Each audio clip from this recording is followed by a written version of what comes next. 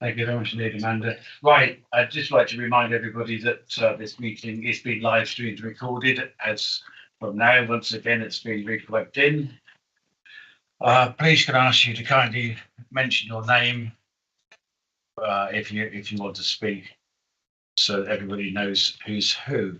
Thank you very much indeed. I don't know how you found that. I found that interesting. I don't know if you did, or was it beneficial? Is there any recommendations that anybody wants to make as a result of that meeting? Any points of interest that we think we need to follow up on? Yes. I think the one lot we did talk to is community. I think we really need to actually talk to the community about so many different areas. And they were present and we could have asked the questions, but we didn't utilise it. And perhaps we need to do that online as a workshop for our environment, because there's so much to be asking them on different aspects of it. Okay. Yes. I think in view of Hilary Knight. I think in view of their comments about I'm sorry, I can't remember what they call it now. I used to call it bed blocking. People who can't get out of hospital. They've got this very strange phrase. I think both councils should go back and ask their social care about the current situation on why apparently people aren't able to leave hospital who are well enough to do so. And if it is in fact to do with social care, and it may not be, but I'd like to find out more about that. And I suggest in Dobson Region, I suggest Shropshire do the same. Thank you. It's a very good point, and I do think we should do that because it may be something that we can do to ease that situation. Yes, exactly. Derek. Just in that, Hilary, it's our next meeting, mate. Is it? It's organised for next meeting. Yes. Thank you, Dave. Yeah, just like to point out that the numbers they quoted was 150, Chairman. 50 of whom were waiting for assessment. And that's their responsibility. So the question is, how could they speed up that? The answer is they either hire more staff, and how, I'm not sure, but it may be that councils have therapists, physios or OTs, who could be bought from the council in certain circumstances, i.e. when the number goes, say, to 60, which is obviously crowding out a lot of people. But they need a system to get help to get these 50 assessed PDQ. Because if they don't, some other poor soul goes without an operation, or somebody gets stuck in A&E. So that might be something that needs to be suggested. The other thing that I have suggested to both the ICB, CCG before them, and to SAF is the idea of buying beds in the community on a permanent basis from people like on the care nursing homes. You have to be selective because some nursing homes have higher standards than others. Yes. But there is actually evidence of working with nursing homes. For example, in Yeovil, the council, in Yeovil, the NHS put physiotherapists to service about 14 to 16 beds that were in a nursing home. So basically what I'm saying is there's a deal to be done in terms of buying capacity for rehabilitation, because that's what you need to do is to keep these people as fit as possible so they don't deteriorate. And one way of doing that is using physio or OT. And it's an idea I suggested to them a long time ago. Had they picked it up, they suggested it about 5 years ago, they could have built up a number of beds easily 100 in Shropshire spread around, and that would enable them to drain. So there are things that they could do if they change the operational policy and, may I say, their attitudes. I'm not sure how many beds they contract, but they already do that, They David. do that. No, they don't. What they do, no, they In care don't. homes. They don't. What they do is they block, they buy on spec. They do not do long-term deals. And they do not, they do, you're quite right. In the winter plan, you will see that they bought 20 beds from the community, but they only buy it for about 6 months. What they need to do, the policy for the ICB ought to be to buy, let's say, or have a target to buy around about 90 to 100 beds in nursing homes. They then need to approach the nursing home and say, we want X number of beds for our step down clients. Can you provide that? We will give you a 3-year rolling contract. So there's a bankable deal being done. Oh, and by the way, we want a small gym in this property so that these people can receive physical exercise, put it bluntly. Oh, and by the way, we will put in a specialist nurse or a physiotherapist every day to help you make sure these people don't deteriorate. Now, it's perfectly possible. There is, as I say, at Yeovil, there is an example of using physios going in to a ward in a care home and doing just that. If they expanded, they want more beds, they can get them. They can get them from nursing homes. They've got to pay the price, but it will be better for the individual, because if you had, say, 100 spread around the county, your odds of being able to get somebody closer to their home are higher than keeping them.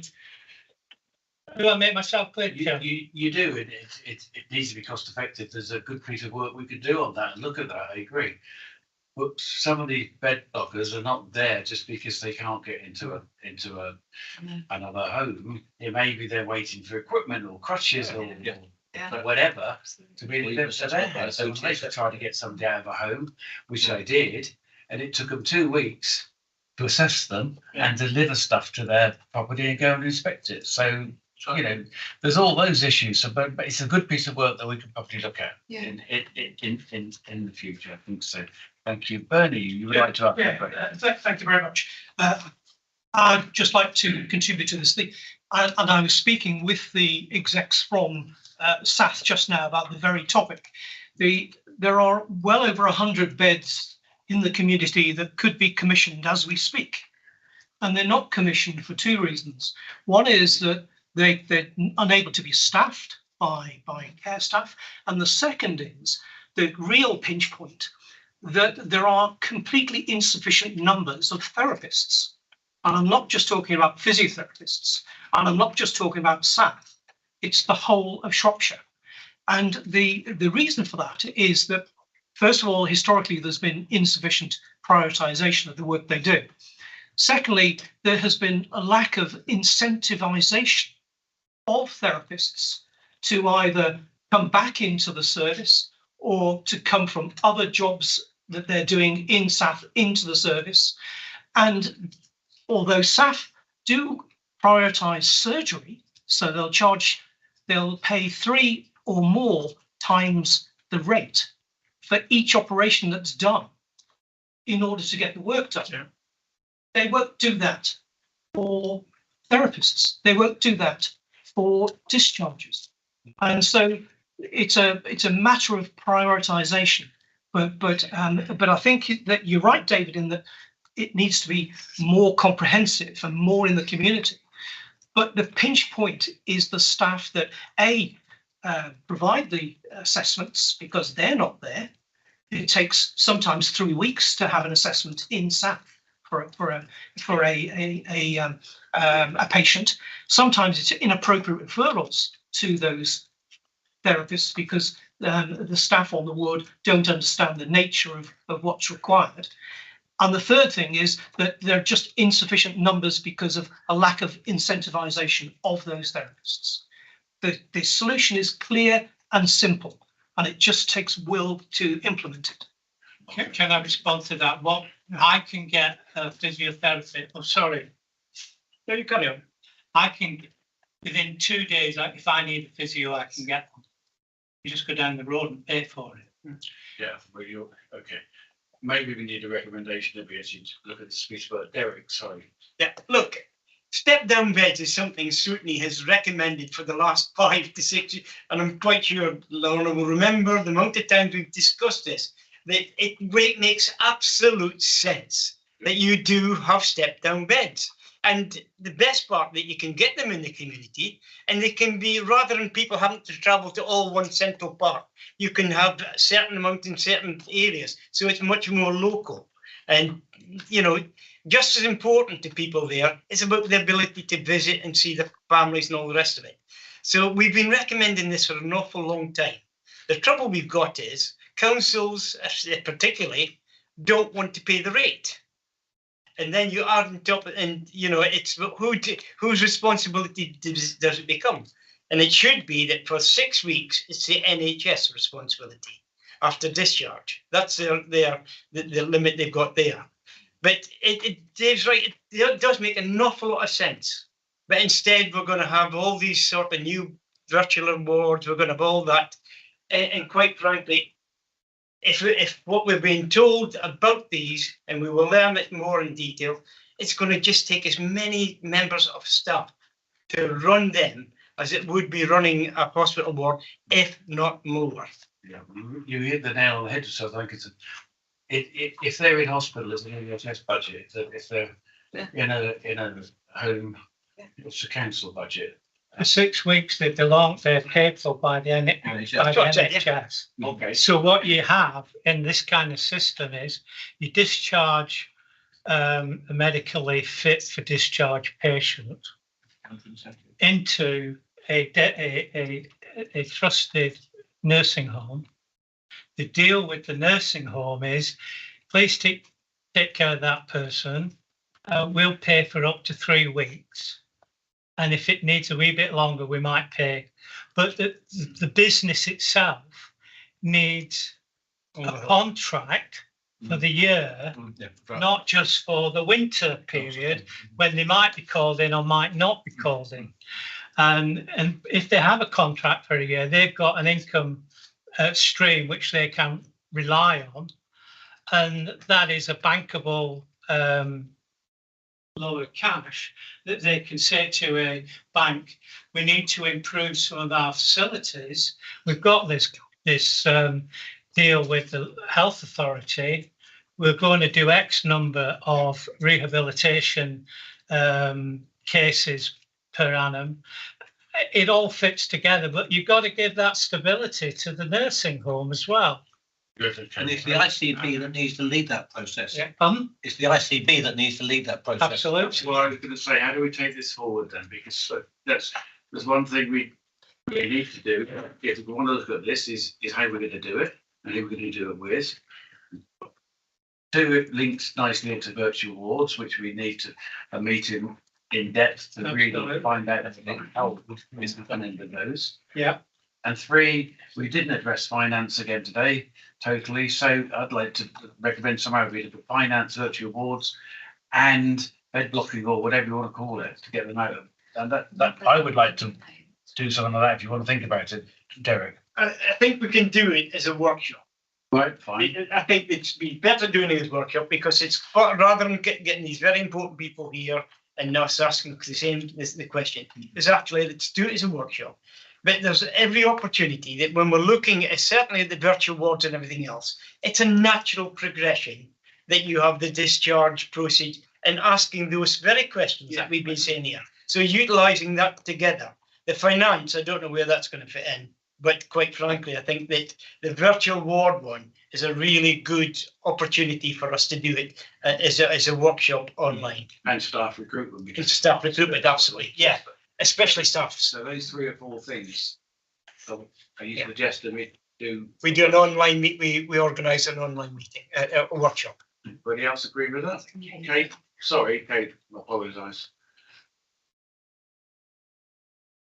Thanks. I mean, that does sound like a good idea. And I'm just thinking, we've been at least a year. I think it's longer than that. Hearing that figure of 150 and how there are plans in place to reduce it, and it sounds very optimistic. And then here we are yet again, it's 150. So I think that's a really crucial meeting.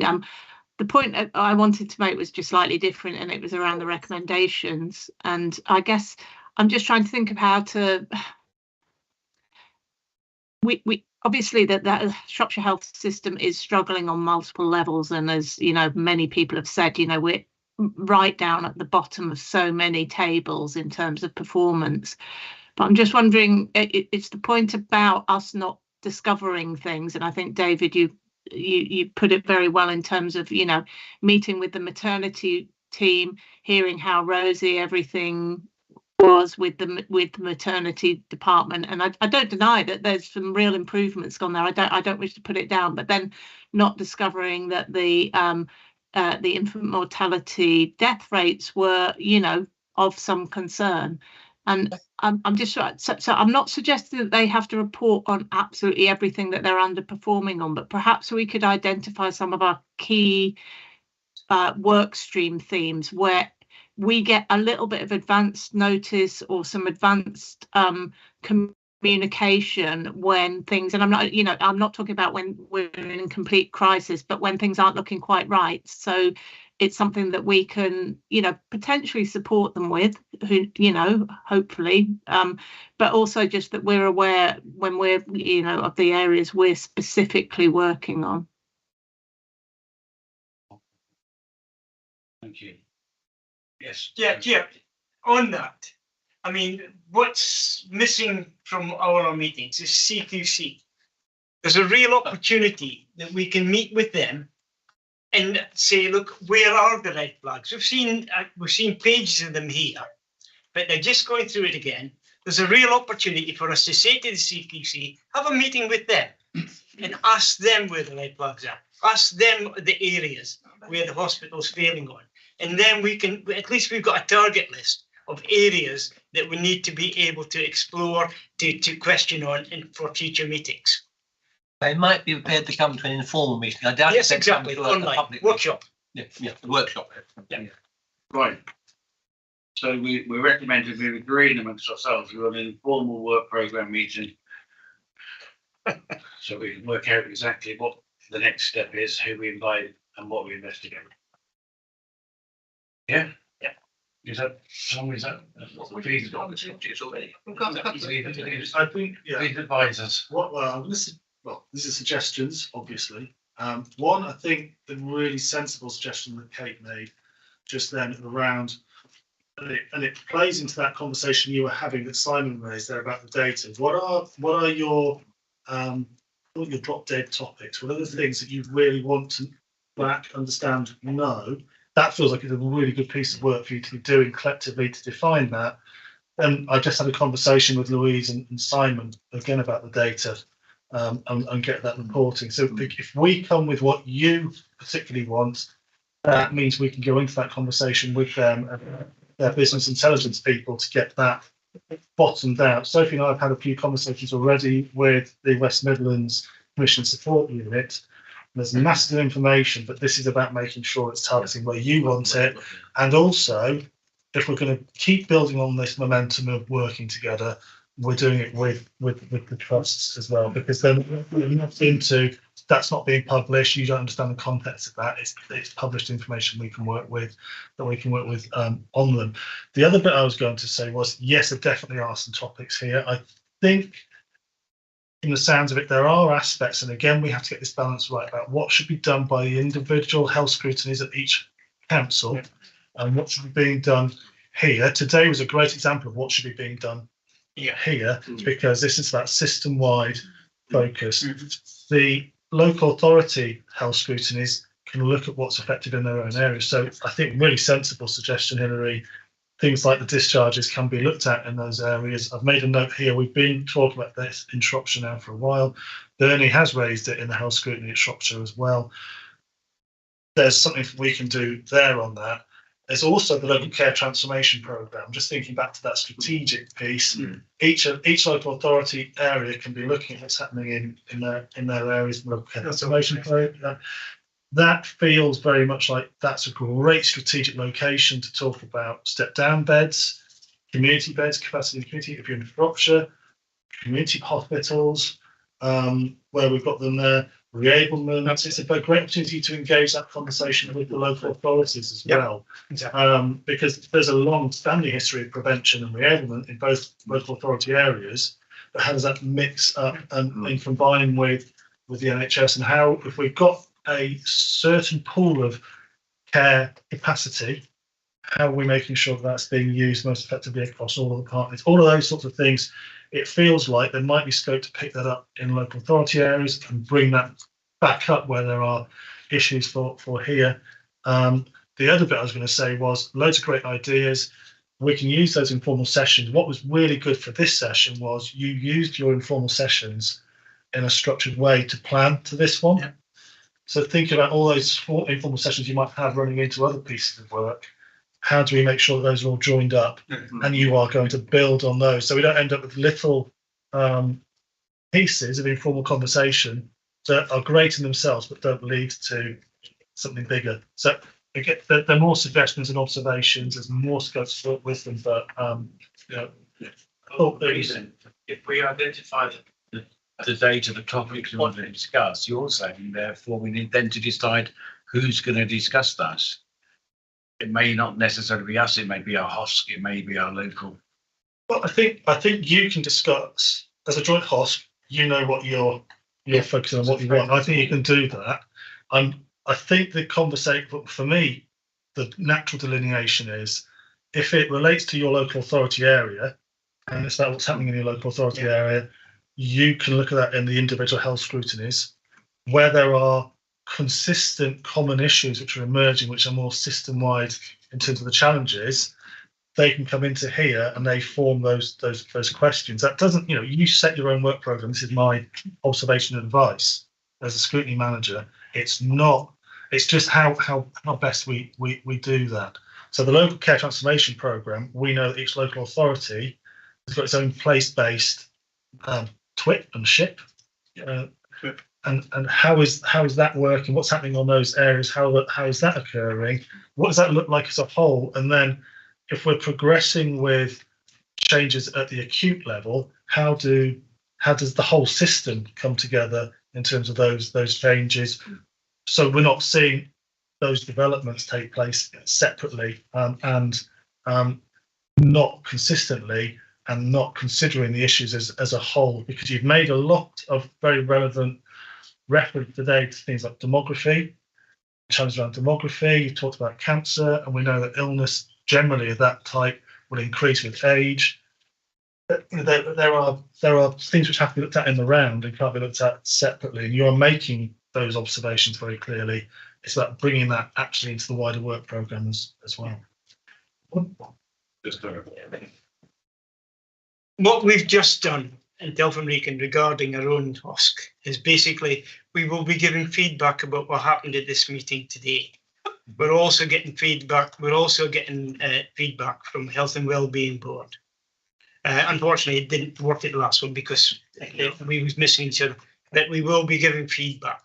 And as I say, I've already organised it with Jonathan Rowe yesterday after knowing the concerns that and seeing the email that that they're on the agenda for the first meeting, their next meeting, and they will be feeding back regarding about discharge from hospital.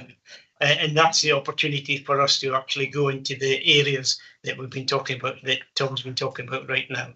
But there's a real opportunity to me, I think it's a chance to reset scrutiny and be able to make sure we all know what each other's doing. And it really, I think there's a chance that if you do the same at Shropshire, then at least the whole health economy is being kept informed. I'm worried. Bernie was saying we've been talking about this for a year, And we've all known about it. What the hell? Why have we done nothing in that year? So let's do something. As you know, what do you reckon, Kate? Yeah. Yeah, I think the figures just stay the same, don't they? It's 150 and there's always a plan and the plan's working well and then it doesn't change. So I support what you say there, Jeff. Yeah, because we needed it. Well, Benny. Just very briefly, Chair. If the problem is the outcome, should we ask SAF to give us their monthly update on the improvement that's actually happened as a result of these interventions of the virtual wards, the improvements in assessing people for discharge, and so they on a monthly basis they know that they can't just wait for the next joint husk to come up with another set of things that they're going to do, and it's all going to be apple pie in the future. Yeah, I'm happy. Please, that will be great because it gives them a target, doesn't it?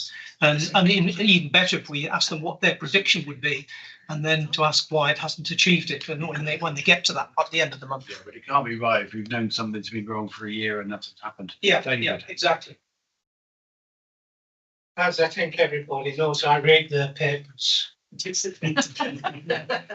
No, we didn't know that. Really, that's news to us. Well, they are the best thing, better than Mogadon if you want to go to sleep. So I read them late at night. Seriously, Chairman, they actually are very liberal with the data because they have an IPR section in the papers. And I swarm all over the data every 2 months. And they track how many people are discharged, how many people turned up, A&E. There's an inordinate amount of data there. And if you want to know what the state of play is about delayed discharges, you just look at that document and it tells you. What it doesn't tell you Is why. Well, no, what it doesn't tell you, it tells you the number. Sometimes they do mitigations, plans that never work because a month later it's still the same number. But you can get a feel from the data about how things are going, like transfer of ambulance crews and so on and so forth. It's all there and it's all on the line. And the problem is the line never changes very much. But they know the problems because they've got the numbers to. And as I say, I look at these things every time they produce them. But it wouldn't do any harm to ask them to send us that information so they're aware we're looking at it. Okay. No, it's perfect. And we've always got David to check back on. I mean, if you like, I'll send. I get as soon as the papers are published, I'm analysing them. So if you like, Chairman, I'll take it on my head to take the IPR, pass it to an officer. I may put some notes on as to what some of the fun is, so you know where to look. But there's nothing to stop us having that. It's in public domain. Okay. Sorry, Chair, just briefly. I look at that data as well.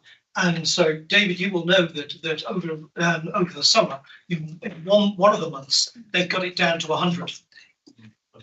Yeah. So something happened that month that hasn't happened for the other months. But then it went back up. Yeah. So It's not a static figure. It usually moves from 110 to 160. That's the rate. Good. Okay, fine. Well, I think we've run out of time again. Item 5 on the agenda, co-chair's update. As the new chair, I have not got anything to update on. Have you, Ollie? No, nothing to update. Good, okay. Will you be pleased to hear, therefore, the date of the next meeting in Telford, 27th of February 2024 at 2 o'clock. Is that meeting going to be online? No. be at the next face to face. Sorry? At the next face to face. That's the official one. There'll be workshops, I hope. Well, we'll be talking in between that. Yeah. And the meeting in Chelford, we'll be able to access this. I won't be. Like, as in live streams. Yeah. Yeah. Will it be? You Well, it do should live be, I don't think.